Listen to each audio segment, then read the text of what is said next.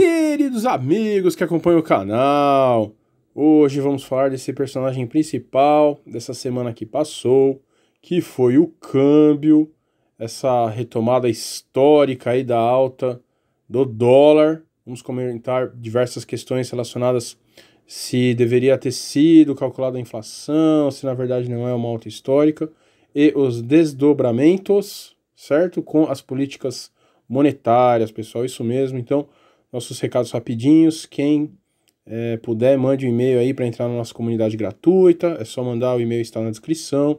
Temos um canal pago também com as estratégias aí anticrise. O pessoal que segue as estratégias ficaram bem felizes essa semana, porque a esmagadora parte da nossa carteira está realmente, de alguma forma, beneficiada, né, com a alta do câmbio, exatamente porque nós não confiamos, né, nas moedas e fundamentalmente no real, que é uma moeda de um emergente. E por fim temos aí uma comunidade no Telegram, apenas para frases positivas aí, para dar uma tranquilidade na nossa vida. Maravilha, pessoal! Então vamos começar com a matéria principal, exatamente essa. O Banco Central faz 2 leilões e não segura dólar, que vai a 4,24, né? Então essa matéria é exatamente um dia após a alta histórica. Declaração de ministro sobre câmbio incomoda. Moeda americana já acumula alta de 5,7% neste mês, apenas em novembro subiu tudo isso, né? Então, basicamente ele diz aqui, a turbulência no mercado de câmbio ganhou novas proporções ontem.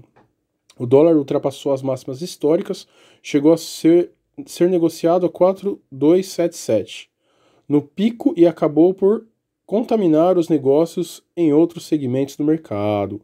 Influenciada por declarações dadas na véspera pelo ministro da Economia Paulo Guedes, a moeda americana retomou uma firme escalada, logo nos primeiros minutos do pregão, e nem as duas intervenções, pessoal, diretas promovidas pelo Banco Central no mercado foram capazes de inverter a direção do câmbio.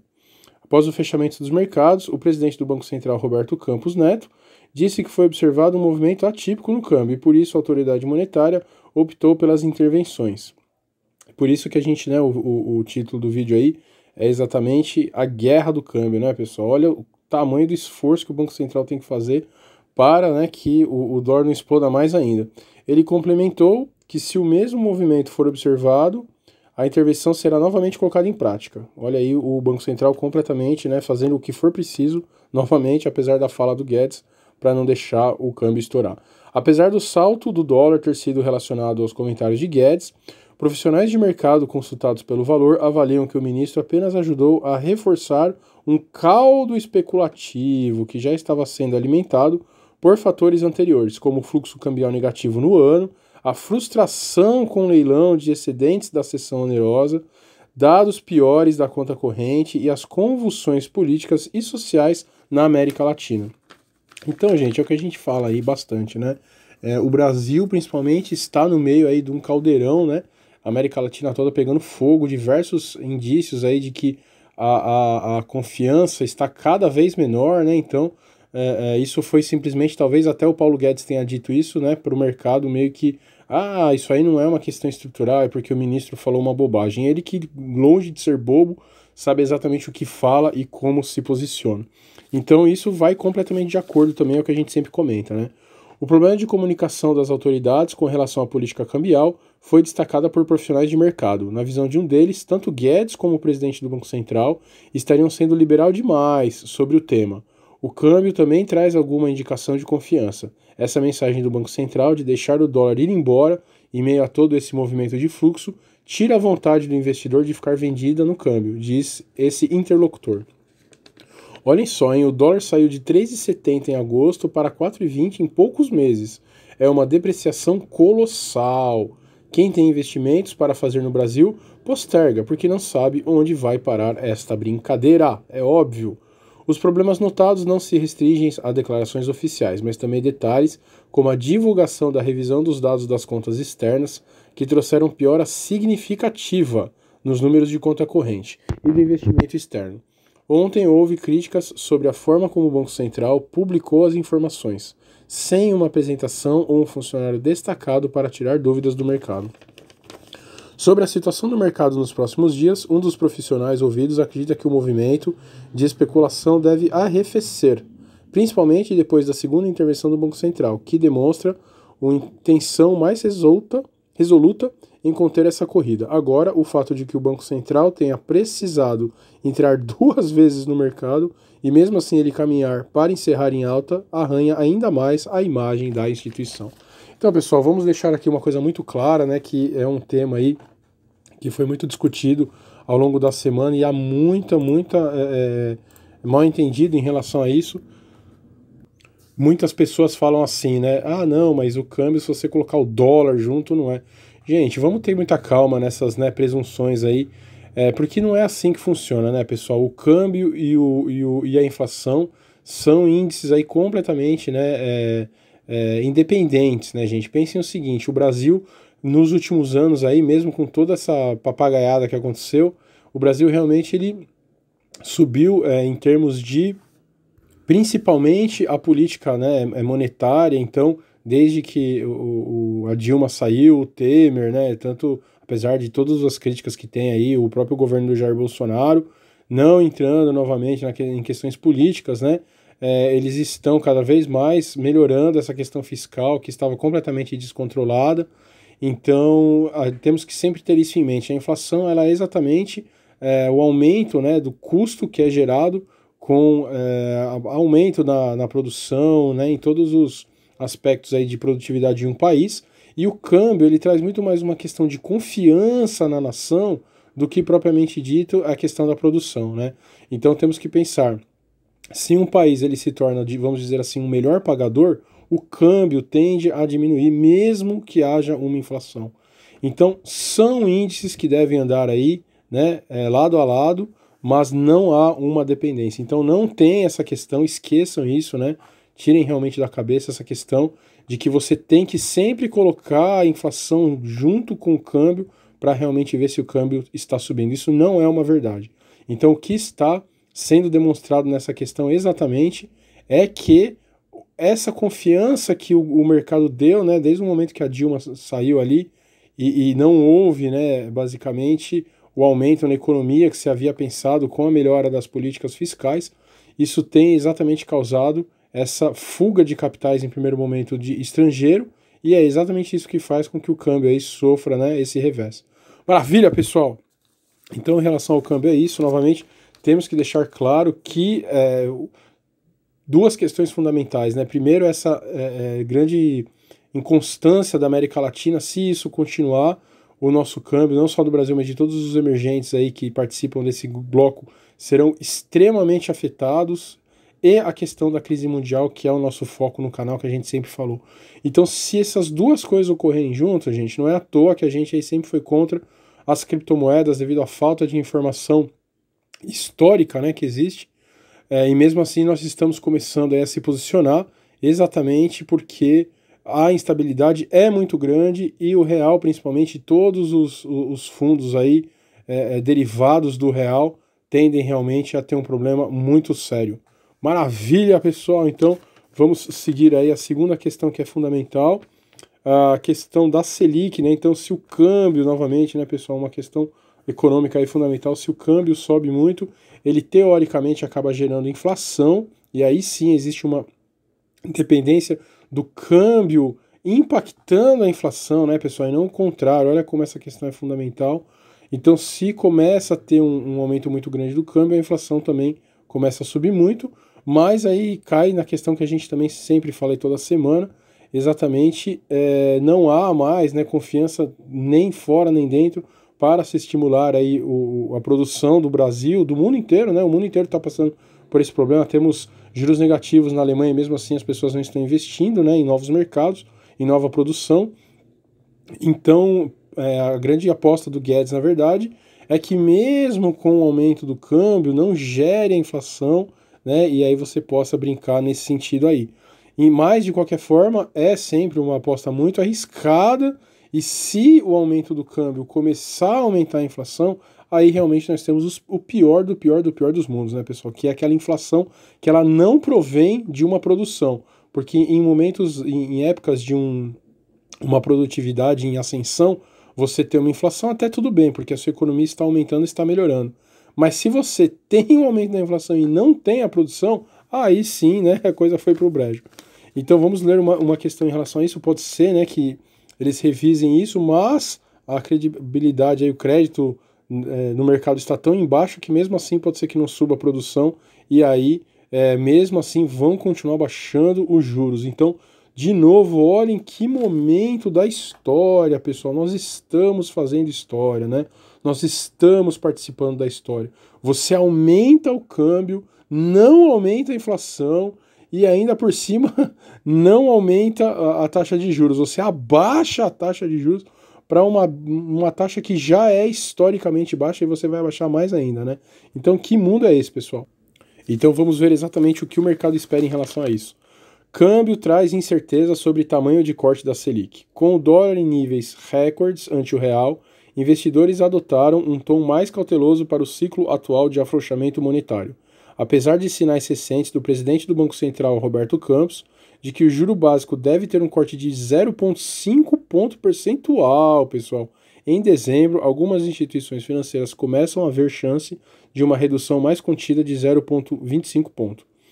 No caso da Bolsa, o avanço do dólar e dos juros futuros até chegou a pesar sobre a trajetória de alguns papéis, mas a baixa recente de ações de grande peso, como instituições financeiras, garantiu a demanda na sessão. O Ibovespa terminou em alta, 0,61 aos 107,707 pontos. Diante de todo o movimento de câmbio e o choque de ofertas em preços de proteína animais, isso também é uma questão fundamental que a gente nem está abordando tanto no canal, mas o preço da carne aí tem aumentado absurdamente também, né, no mercado. O choque de oferta em preços de proteína animais, a forma como o Banco Central se comunicará com o mercado será fundamental. O economista-chefe da Vinland, Aurélio Bichallo, reconhece que ficou um pouco mais inseguro com cortes no ano que vem, mesmo que os fundamentos não tenham mudado e amparem queda contínua da Selic. Segundo ele, o Banco Central não tem deixado clara a mensagem de que o aumento nos preços em proteínas e o salto do dólar são choques de oferta, enquanto os núcleos de inflação, que excluem itens mais voláteis, seguem bem perto do piso da meta de inflação. Falta reforçar também que não existe relação mecânica entre o movimento do câmbio e os rumos da política monetária, pessoal, exatamente. Então fica no ar, só vamos saber realmente, né, quando chegar a hora lá do Copom, mas tudo leva a crer que o corte de 0,5 será mantido. Então, novamente, é algo extremamente histórico. Imaginem se você pegar aí 10, 20 anos atrás e disser que no dia que você rompeu, no mês, vamos pensar, né, no mês que você rompeu a alta histórica do câmbio e o câmbio só sobe, você já está em um recorde de baixa de juros e mesmo assim o juro será cortado em 0,5 pontos percentuais, pessoal. É um admirável mundo novo, algo inacreditável, certo? Então vamos deixar um pouco, né, a área aí econômica das políticas monetárias e vamos entrar um pouco na questão política. Aquela fala que o Guedes disse, né, que pode haver um AI-5 caso o mesmo que ocorreu no Chile ocorra no Brasil, porque obviamente é um movimento orquestrado daqueles que perderam as eleições, é o que a gente sempre fala, né, pessoal? Quando a esquerda está no poder, você falar impeachment é um golpe, golpe é guerra, né? E quando a direita está no direito, entre aspas, né, gente, que a gente sempre fala aqui também que não há governo de direita no mundo, não tem como, é simplesmente algo que está fora dos nossos tempos. Mas se é a direita que está no poder e você quer um impeachment, é a luta, tá certo? Né, pelos direitos do pobre, do povo, aquela coisa maravilhosa. Então o Guedes bem disse, né, que se houver alguma movimentação dessa no Brasil, haverá sim um movimento de repressão muito forte. E uma pessoa como o Paulo Guedes dizer algo assim, ele não diz, né, ao Léo, né, ele diz porque certamente ele tem alguma informação e isso é algo extremamente preocupante. Já falamos aqui que no dia que isso acontecer, exemplo, né, do que ocorreu no Chile ali, a bolsa naufraga e o câmbio explode, né? Então, esperamos realmente que isso não ocorra, mas cada vez mais temos informações aí que uma coisa dessa pode ocorrer. Então diz ali a matéria, Guedes pede para que o Brasil pratique a democracia responsável. E, gente, mais uma vez, a gente lê trechos, né, muito resumidos, porque essas matérias são muito compridas e, obviamente, é um material, né, pago aí. Então a gente só pega pequenas frases aí para ler, só para posicionar e, fundamentalmente, para a gente ter uma estratégia clara sobre isso, né? Então, diz lá, que tipo de democracia é essa que só um lado pode ganhar? Disse o ministro e mais adiante em sua fala completou. Eu acho que deveríamos praticar a democracia responsável. Sabe como jogar o jogo da democracia? Espere a próxima eleição. Não precisa quebrar a cidade. Acho que isso assusta os investidores. Acho que não ajuda nem a oposição. É estúpido. É inteiramente compreensível que as pessoas vão às ruas na América Latina pacificamente e que reclamem, mas não somos ingênuos. É só quando a oposição perde. Estamos transformando o Estado brasileiro, é um trabalho difícil. O que você está ouvindo é uma bagunça convulsão social. Não prestem atenção. Há uma democracia vibrante. A democracia brasileira nunca foi tão forte, poderosa, vibrante. Não há escândalo de corrupção, os crimes caíram. É óbvio que também não é assim, né, pessoal? A gente tá vendo aí bastante bagunça também. Óbvio, né? O Brasil é o Brasil, né? Isso nunca vai acontecer. Ainda assim, afirmou que convulsões sociais trazem prejuízos políticos, assustam investidores e que é preciso jogar o jogo democrático, corretamente. Daqui a 3 anos, vocês tentam concorrer nas eleições, disse ele, referindo-se à esquerda.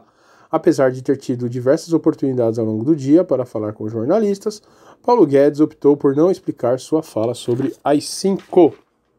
Então, mais uma vez, é óbvio, né, que ele está falando isso porque ele deve ter visto ali algumas movimentações. E, novamente, se uma coisa dessa ocorrer, a gente pode realmente, mais ainda, né, nossa carteira anticrise já está com muito pouco ativos aí em reais. E, se isso ocorrer, aí realmente vamos praticamente limpar aí o que tem, né, o pouco que a gente tem em título, em renda fixa, todas essas coisas, a gente pode tirar de vez, porque realmente vai perder muito dinheiro. Maravilha!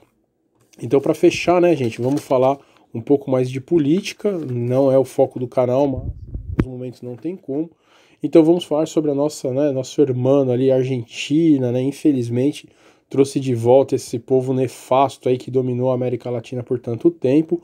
E não demorou, né? Fora o mercado, novamente falamos aí, o câmbio explodiu, a bolsa virou água, os investidores estão correndo. A fome, o pessoal sempre acha que isso é uma questão de economia e o pobre, né, fica tranquilo. Não é o caso, muito pelo contrário, né? Então, nesses momentos, os pobres aí são os que mais pagam o aumento aí na fome, em todas as mazelas aí, né, econômicas vão aumentar absurdamente. Então, infelizmente, esse é o futuro do nosso, né, irmão aí, entre aspas, a Argentina. E nessa semana tivemos muitos dados aí que aumentaram mais ainda essa questão que vai realmente se prejudicar mais, muito mais. E ali está, né? Fernandes indica que repetirá políticas fracassadas do passado. Então, um resuminho bem pequeno aqui. A sucessão argentina, porém, ocorre diante de nova e grande crise. E Fernandes terá que renegociar dívidas de 101 bilhões, domar uma inflação de 55% e retirar o país de forte recessão. Os peronistas voltam ao poder após o fracasso da política liberal de Maurício Macri.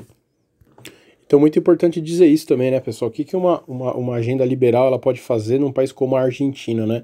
Que não produz nada, a indústria está completamente destruída.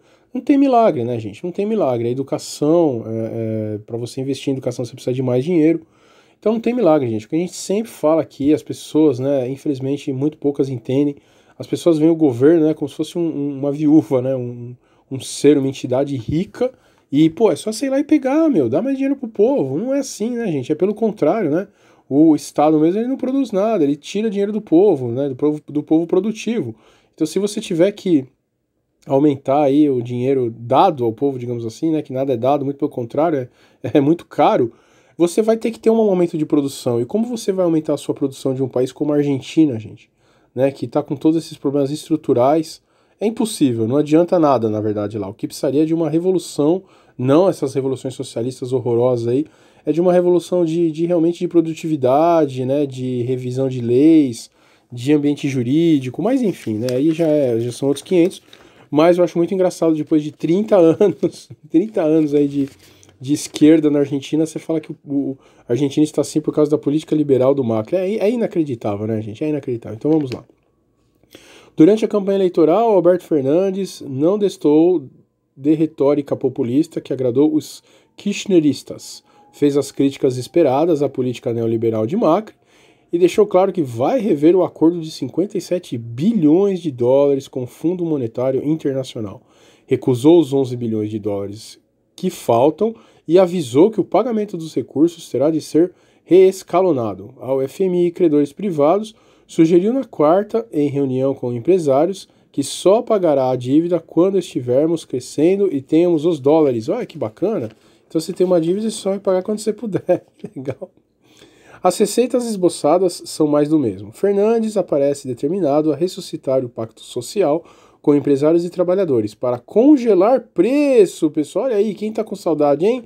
Do Cruzeiro, aquela maravilha. Reajustes salariais, embora não se fale nisso ainda, e manter o congelamento de tarifas públicas decretado por Macri como última esperança de reações nas urnas. No início, Macri recompôs tarifas, muito represadas por Cristina, e reduziu seu peso no orçamento, chegando com seu ajuste fiscal bem perto de obter um superávit primário. Na quarta, Fernandes disse que as contas fiscais estão em estado deplorável, olha só, apesar de serem bem melhores do que o que Cristina alegou. Olha que incrível, né, gente? O pacto social foi repetidas vezes tentado na Argentina e nunca funcionou. A inflação foi nutrida também por mega desvalorizações cambial, de 40% no ano, e só foi contida após acordo entre governo, que sai o que entra, para impedir que os argentinos tenham acesso ao dólar. Hoje só é permitido o saque mensal em moedas de 100 dólares ou 200 dólares por transação bancária. Então, pessoal, vamos lá. Olhem essa informação, né? Essa informação é o que mais nos interessa aí. Então, muita gente fala, Morfeu, por que né, criptomoeda? Porque a criptomoeda ela é um reflexo do dólar, aquela coisa toda. Não é, né, gente? Não é. Quando você tem, assim, um estado de emergência, o dólar ele passa a ter uma vida própria, oficial num país, e no mercado negro, no mercado exterior, ele tem outra vida, né? Então a única forma de você não deixar que o governo, né, manipule o dólar que você vai ter acesso é com criptomoedas. Por isso que a gente está alocando muito pouco nessas criptomoedas. E por isso que a esmagadora parte de uma carteira anticrise atual, ela tem que ser exatamente, né, se o real for prejudicado, você ganha. Maravilha, gente. Isso daqui, olha, na verdade eu fico...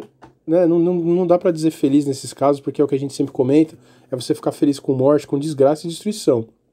Mas a gente fica aliviado, pelo menos, que algo assim esteja acontecendo na Argentina antes de acontecer no Brasil, porque a gente tem, né, prática aqui, né, temos dados aí práticos.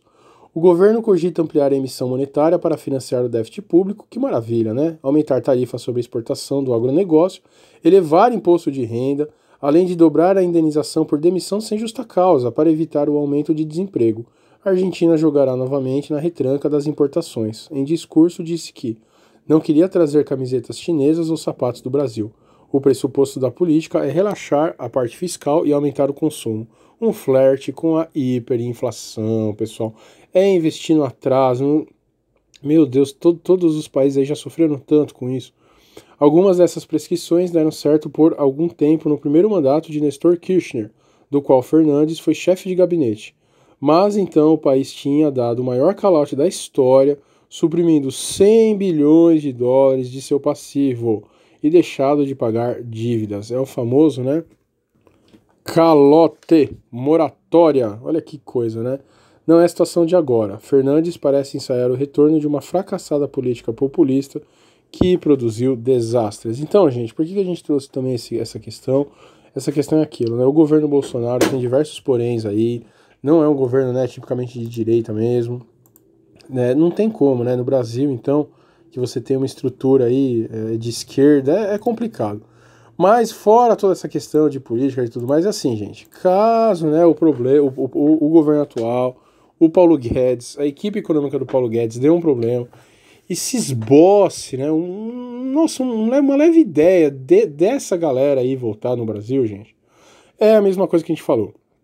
Não vai adiantar ter 20% da carteira em reais, seja em títulos, seja em renda fixa, seja em bancos brasileiros, que vai pro vinagre. Tá certo, pessoal? Então, a questão fundamental aí do nosso canal, né, dos nossos vídeos diários que a gente faz, é ter isso em mente, pessoal. O mundo já é um caldeirão aí, tem diversos motivos para achar que vai haver uma crise mundial histórica.